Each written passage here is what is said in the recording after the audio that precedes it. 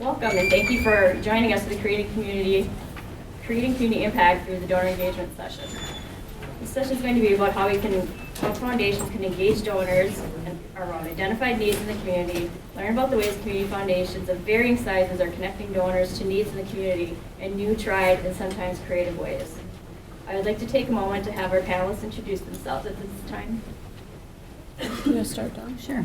Hi, my name's Dawn Ganje. I'm a Senior Development Officer for the Northwest Minnesota Foundation, and we have 23 community fund affiliates that we work with. And so I won't be talking about any one particular fund, but kind of more systemically about our work. And I'm Caryl Turnow, Executive Director of Central Minnesota Community Foundation. We cover the Stearns, Benton, and Sherburne counties. We have Sauk Center is listed under us, Paynesville, Ricori, and the Foley communities as well. I'm Emily Crabtree. I'm the Executive Director of the Luverne Area Community Foundation. We're extreme southwest Minnesota. We serve the county of Rock. We are an independent community foundation serving about 16,000 people. Thank you. And I'm the moderator for this session. I'm Greta Stark-Kraker, the Director of Donor Relations at the Central Minnesota Community Foundation. Welcome. A community foundation differentiates itself from other entities providing donor-advised funds by being a resource that links the needs of a community with the residents who want to make a positive difference. Community foundations build connections between nonprofits, local businesses, local government, and other community organizations to learn about the needs of the community and share that information to the potential donors. Donors can look to their community foundations to inform them of current needs as well as offer opportunities for donors to be a part of the solution by becoming involved. Donors can become involved by serving on a board, volunteering, making connections between the nonprofit and other resources, or by giving personally by donating financially. Community foundations can help donors learn about community needs in a variety of ways, from highlighting community stories, arranging visits to organizations that address the emerging needs, or giving the donors an opportunity to pool their resources to assist with the resolution.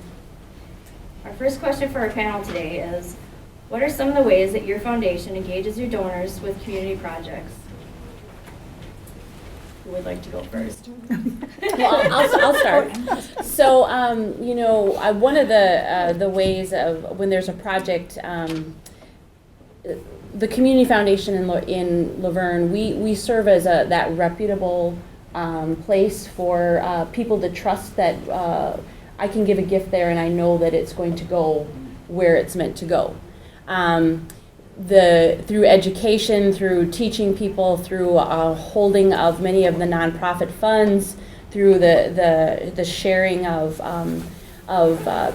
passion stories with other people. When someone says, "Okay, we've got something going," well, just write your check to LACF, and that's okay. I know what that is.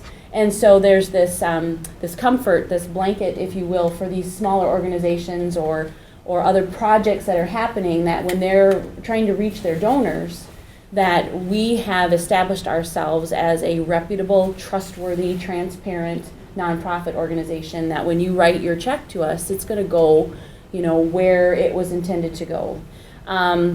Making sure that one of my favorites is linking donor-advised funds with projects, especially when my job at the foundation and my board's job is to know what pulses the purse of our donors. And if I know there's something going on and I know someone who would love to hear your story, when you make that connection with people and you link that project with a certain inquiry, and then that actually happens, the relationship and the success both for the project and the success of giving is just it's an amazing connection. So just matching people up, being that reputable place where people can trust is, I guess, one way in which we in our small community do that.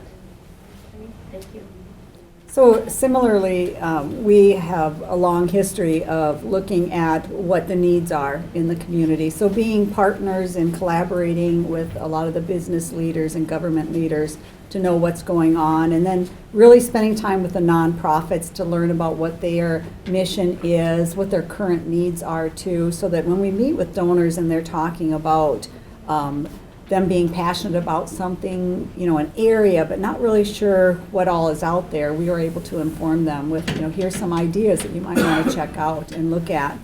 In recent years, we've become much more proactive about it. So 2.5 years ago, we started doing something called Get on the Bus.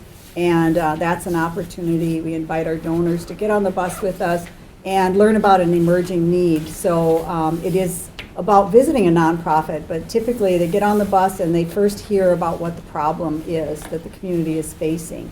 And then they'll go to a nonprofit that has some ideas about solutions. So they'll actually go there and see those programs working then. We finish it off with a couple of visits to nonprofits, and then we've been doing a panel discussion afterwards, allowing people to ask different questions and to have a deeper knowledge about what's going on. And then this September, we just introduced or rolled out our donor circles. So donor circles is an opportunity for us to say, here's some things that we identified in the community that we really think are going to make a big difference. So this year, a couple of those examples are, we have Yes Network, which is a program that I call it's like a Boys and Girls Club, except that it's designed for those kids who can't go, they don't have the transportation to be able to go to the Boys and Girls Club. So this program is brought right to their neighborhood, right to their apartment complexes then. And they provide food, they provide education, recreation, art, and more importantly, for our Somali youth, who are typically the ones who don't have the transportation abilities, they also have the opportunity through those summer months to learn, continue to speak English then and keep that connection going. Their mothers come out for the food part too, and they start to build more of a community, getting to know people in our community and us getting to know them better too. So the second one is the Great River Children's Museum, which is a new endeavor in our community. We think that that's a significant thing because a children's museum is a great way for our children to be educated around a family situation, so the entire families come to it. It's a downtown location, so it'll bring people from our community to the downtown, which is a need. Also, it's going to bring people from outside of our communities up into North Dakota, or into our community. And so we think that that's a real benefit and that it's something that we can be excited about.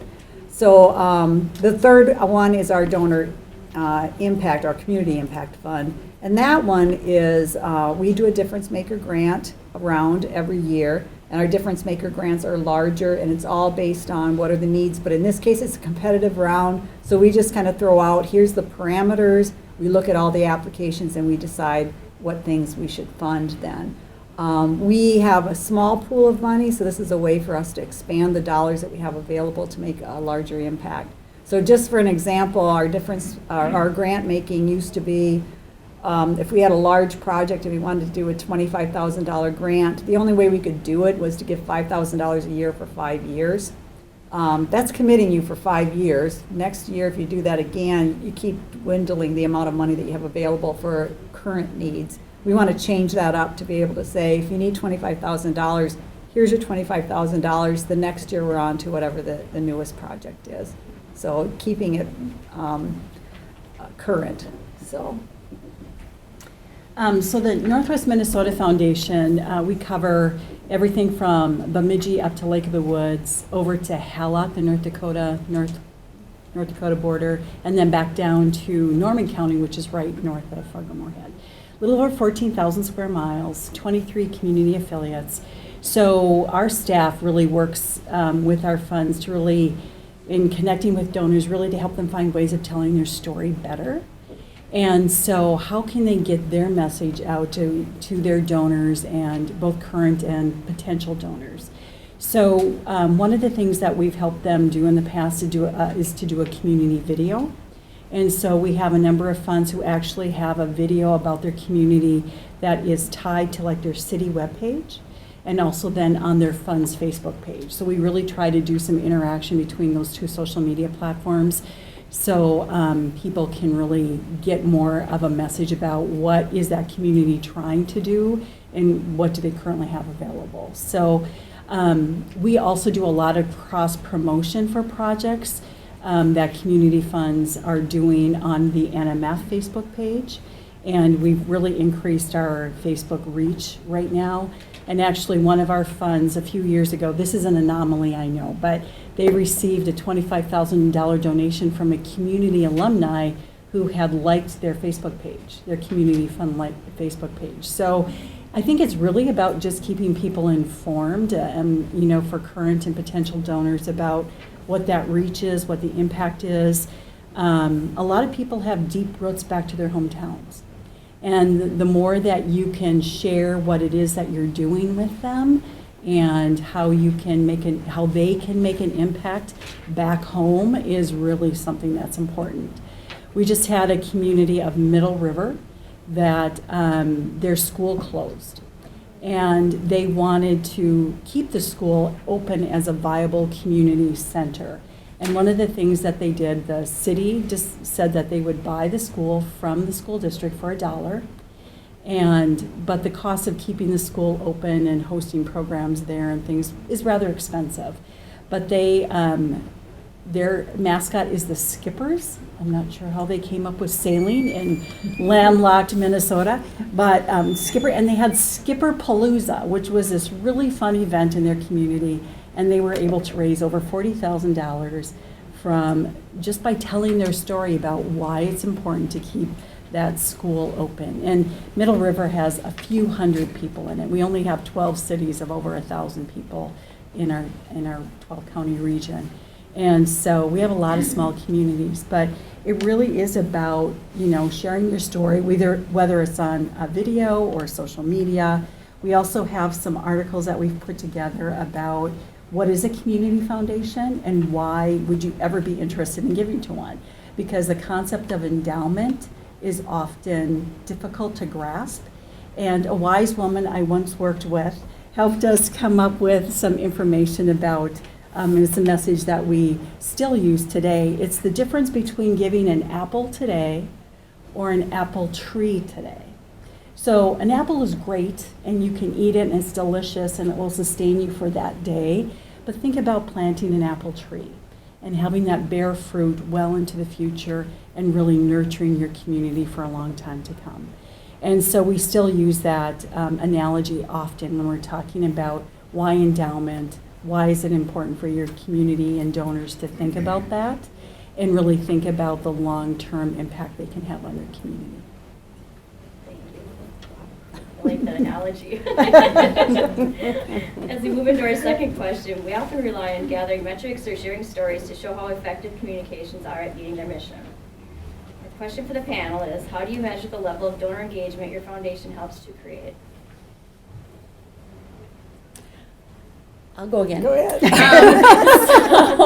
I guess two things in particular followed up with a celebration. One is looking at your core donor base. I was once at an event, a conference where they said, you can want everybody you can want everyone to want to like you.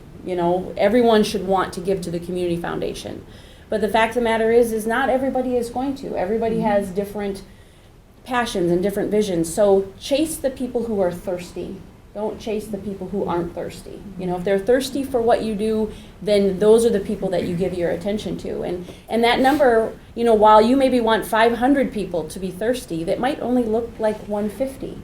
So you focus on those 150, and if that core donor base that we've created, if we're seeing good activity, good participation, we feel then we are meeting the needs of that group. Then the other group that we look at is who are our new engagements, who are first-time donors this year, or who has come back after a while. So how have we reached out those that are maybe been on the rim and are new, and how are we going to keep them thirsty for what we're doing? So we look at those two, probably those are our two biggest. And then our third one is that we celebrate those donors. Monday, in fact, is what we call our celebration of philanthropy, our Friends of the Foundation. Friends are more important up front than dollars. You have to make friends first, relationships first. And we bring that core group together And it's hors d'oeuvres and cash bar, and we bring all of our grant recipients in for the year, and they share their stories, and so that those eyes can look at the eyes of those who gave money and say, this is what you helped do. This is what you helped create. That is a powerful night. I mean, it's a goosebumpy, teary, and then we recognize some leaders who help drive the boat. An individual or individuals living, that it's not just about money, but about commitment to community and time, and an outstanding nonprofit, and then an outstanding business, so that we're hoping that maybe that will inspire someone else to do something good. So that's kind of what we do for donor engagement in our community foundation. Thank you. So we haven't been really good at that whole measuring thing. We tend to do more narrative about it rather than quantitative. But we're trying to change that a little bit. So the closest we come is on our annual report, we'll talk about the number of dollars that were given and the amount that was distributed out. And we're, we feel pretty good about the fact this past year we had $11.8 million that we granted out from our funds. And then we do a pie chart that shows what kind of areas that went to, what went to arts and what went to education, et cetera, so that people can see where those dollars are going to and what the impact is. But we're working on a strategy to kind of to define this better and get better metrics. And so part of that plan was hiring our new marketing person who's sitting in the room. And we want to start, again, it's a little bit more stories, but we can actually then see the touch points on this. So we're going to start with press releases, and our social media is going to be beefed up to talk more about those donor stories, so we can hear those individual passion stories as well. Learning about the nonprofits themselves and sharing that out. Talking about the community in general and how philanthropy makes a difference, because I think that's a story that's not really told well. And as community foundations, we're the ones to tell that story then. So just kind of spending more time being more specific about our marketing, and also then trying to find out from our donors, and we can do this from the history of how they've given, but paying more attention to what it is that they're truly interested in and sending targeted messages to them about those opportunities rather than to bombard them. And we've always been very protective of our donors, so we don't send out a lot of stuff to them unless they have said, we are interested in this or that, or we are open to you sharing information. But we are going to be more proactive again about it and just say, we see in the past that you have been giving in these areas. Are you interested in learning about new opportunities? Because it's not a question we've been asking. We've been totally saying, well, whatever you want to let us know about, we'll be happy to receive. Now we'll try to help them and use it as an additional service. We too have not been great about having metrics that we've measured for donor engagement. We're much more about collecting the stories, the donor stories, and sharing that information, whether it be in our newsletter or social media.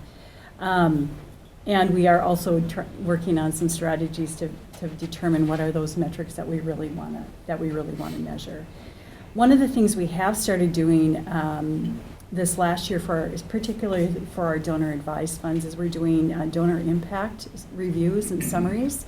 And so by really just sitting down with that donor and saying, reviewing with them every grant that they've given over the history of their fund and saying, here's the top 3 to 5 areas that you are supporting. Is this the impact you want to have? If it is, that's great. But if you're ever interested in finding out about other areas, let us know.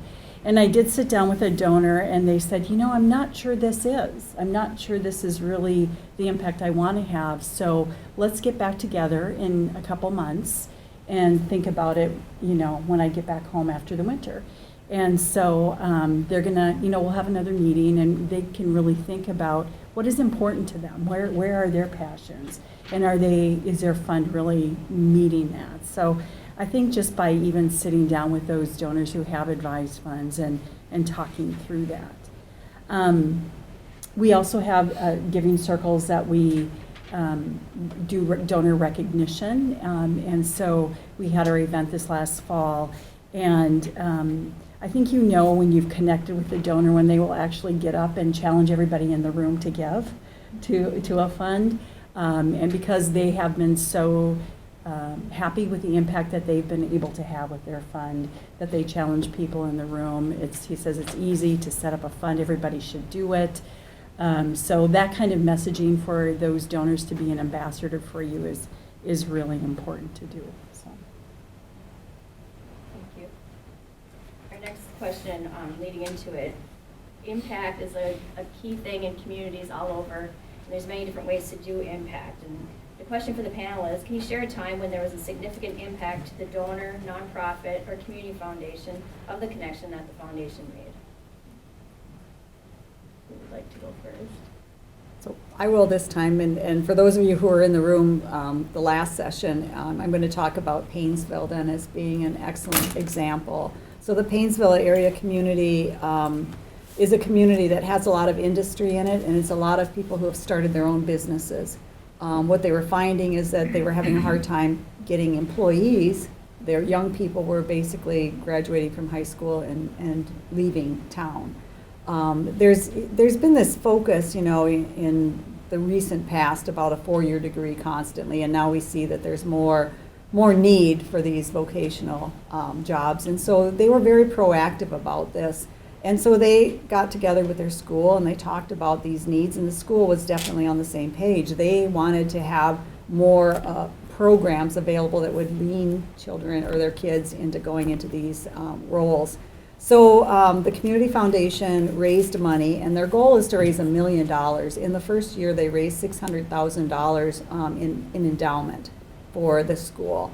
In addition to that, they raised $110,000 for immediate use. And that $110,000 was used to help with a makerspace area then. So we went and saw what they had done with this space, and they are providing a space for kids to do robotics. They are doing 3D laser, screen printing, welding. I mean, it was just amazing, all the different opportunities that there are there.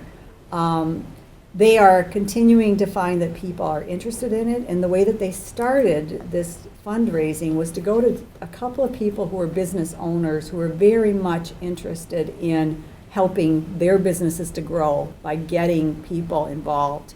And these people were the first ones to make a large donation for it. When you have that kind of leverage, you're able then to go out and talk about a match. And it was impressive. It's the second time I've seen this community use their annual dinner to just say, this is the need of the community, and be very bold about asking for people to stand up and give, and people have done it. So, it's an exciting thing for them. They were saying then in the last session that one of the follow-ups for this is that last year was the first year that they had this maker space. They have 2 kids that graduated that are being invited by Cold Spring Granite to, they will pay for their education and guarantee them a job at $70,000 if they come back then to it. 2 students out of, this very first year. So, it's a huge success story, and that's great impact that a community foundation has made by partnering and seeing what the needs are in the community. So a couple examples that I can share is the small community of Hallock, Minnesota. I'm not sure if you're familiar with Far North Spirits. Has anybody heard of Far North Spirits? So they have done an amazing job of telling their story. Not only Far North Spirits, but we worked with them on a project for downtown revitalization in Hallock. And we encouraged them, we talked through some marketing options for them and ways that they could tell their story. Plus they have some great people in town who are really good at that. But they were also able then to leverage some pro bono work with an ad agency in the cities called Bodega. And they have branded their town. It's clearer up here is their tag. But they have done such a great job of telling their story that they've been picked up in numerous Star Trib articles and different distillery magazines. And through all of this kind of media and connecting, we were able to, I actually had a donor reach out to me and say, I want to be involved in this community. What can we do? And so we were able to craft a gift from this donor that is a $50,000 endowment match to the Hallock Area Community Fund.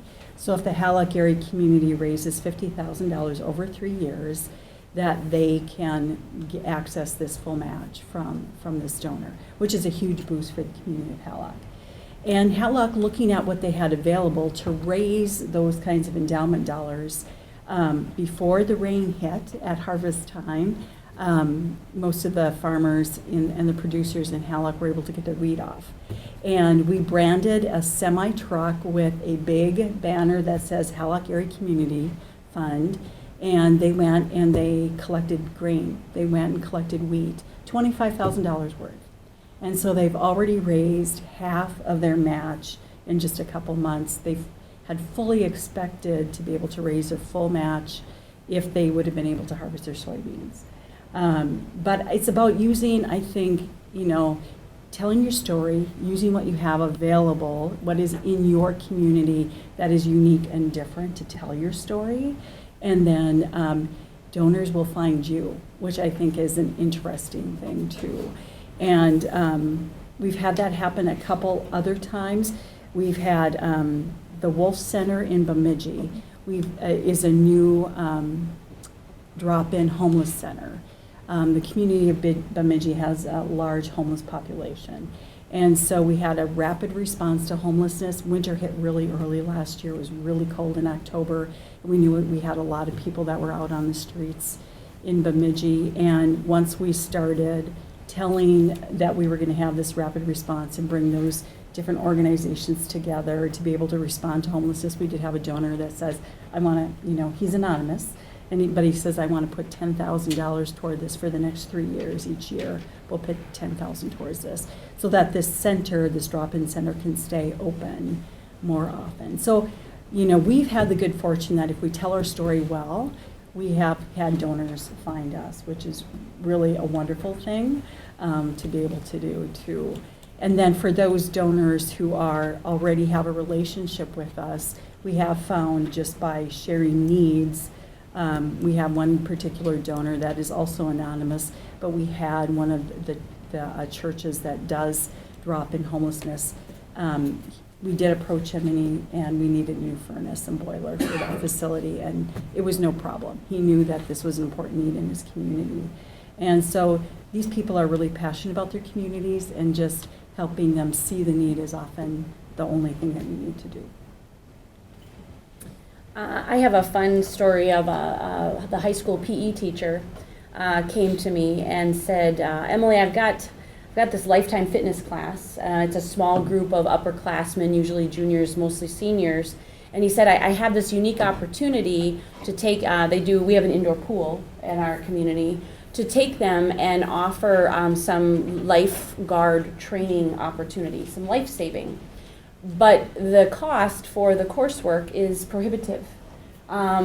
We also have a lifeguard shortage in our community, and so it could spur an opportunity if, given that some of these students could go through it, there were 9 students, that maybe we could create a couple of jobs and some help for the community. Do you think you could help me? So I thought about it, and I thought about the donors that I thought might be able to help. And so I pitched it to a fund a donor-advised fund that we have, where I know that one of their focuses is wellness. And I thought, okay, this might be a good match. So I went and met with, it's actually a group of donors. And I told them what they were doing, and hands down that sounds great. It helps the students. It gives them a set of skills. It helps the community, and there's just a nice big round of helpfulness, a full circle. So I went back to the PE teacher and I said, Mike, I've got your funds. Really? Are you serious? I said, yeah. I said, I've got it covered. I said, just let me know what it is and we'll get started. So I went down one day and watched these 9 kids in the water with their instructor, and took some photos and brought it back and shared it with the donor. And of course, the donors were thrilled, and 2 of them took jobs at the pool that summer. So we filled a need, we matched a donor, and then we helped the community. So it was a really fun story. And again, it comes down to just knowing your donors, keeping them informed because they want to know. I mean, they can say no, but if you don't ask, you don't know. And then it's just acting on it, and you never know what kind of a match you'll make and what the ripple effect of that is. So. That's great. I guess I'd like to open the floor up to see if there's anybody who'd like to share a story of how they have experienced donor engagement in their communities. You know, Tori's here. We have a very big event in the summer. Pat, if you want to say anything about that. Yeah, we've done an outdoor concert that we tagged as Concert for a Cause. We were struggling with a way to come up with an activity that would create attention to the foundation, to create some funds with which to use to benefit specific causes that were important in our communities. And so last year, in 2018 then, they were trying to build a water park, or they're in the process of building a water park in one of the communities. And so we dubbed the Concert for a Cause as a fundraiser, which would direct 50% of the funds raised to that activity, which gained a lot of attention, both from the promoters of the water park, but also for people that were new to learning about the foundation. Beautiful August day, wonderful park. That's the event you were talking about. Yeah, and so we did it again this year, and the cause for this year's was, there are no pickleball courts in our area. Does anybody know what pickleball courts Yes, are? we So learned just there was granted a group one. that wanted to build some pickleball courts. So they were struggling to raise some money, and they had some real estate committed to them from one of the cities. So we interviewed them, and we were able to tag them as a benefactor of 50% of the funds for this year's concert. We have some board members that come forward to help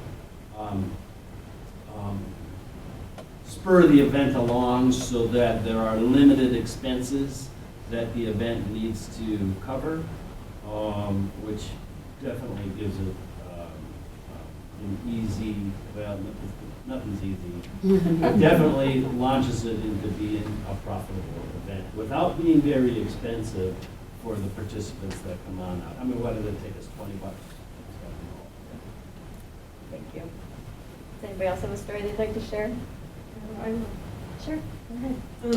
I'm involved with the Central Minnesota Community Foundation. I got my start through the Women's Fund. The Women's Fund started pretty small, and but the unique thing about it is that each summer there's been an event, and it started out at a local horse farm. And what we realized with the Women's Fund is if you do an event that brings people to something that maybe is they've always, like, there's a lot of inner cowboy in a lot of people. They don't get that opportunity to get out and actually see horses. We did everything from bring the Budweiser horses in a couple of times to demonstrations, but it was a really good way to get exposure, not just for the Women's Fund, but for the Central Minnesota Community Foundation, because it was kind of the event. And it has grown, and the good thing about the Women's Fund is that it has evolved, that you can't keep doing the same event, you know, that it's been, they've been really astute at realizing when, okay, well, this event is kind of starting to get old. And so now I think that we've done about, or they have done about 5 years of what was called Dancing with Our Stars. And that has been a great way to connect with different layers in our community. A whole new group of people have come in, people I've never met before, which I think has been one of the greatest things. And so the Women's Fund is just a fund within the Community Foundation.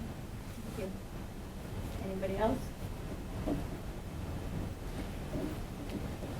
Is there any questions for the panel?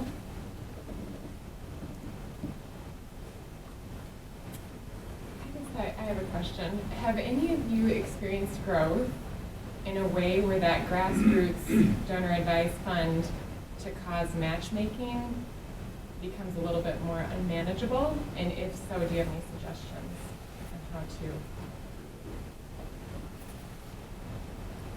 Can you give an example? Well, we're about 20 years old, and for a while we had some staff in place that could say, oh, I know this donor loves the arts, and I know that there's this need. And so you can do that grassroots matchmaking. And now we're a $70 million foundation with over 400 donor advice funds with a staff of 7 people, that grassroots matchmaking can't happen anymore.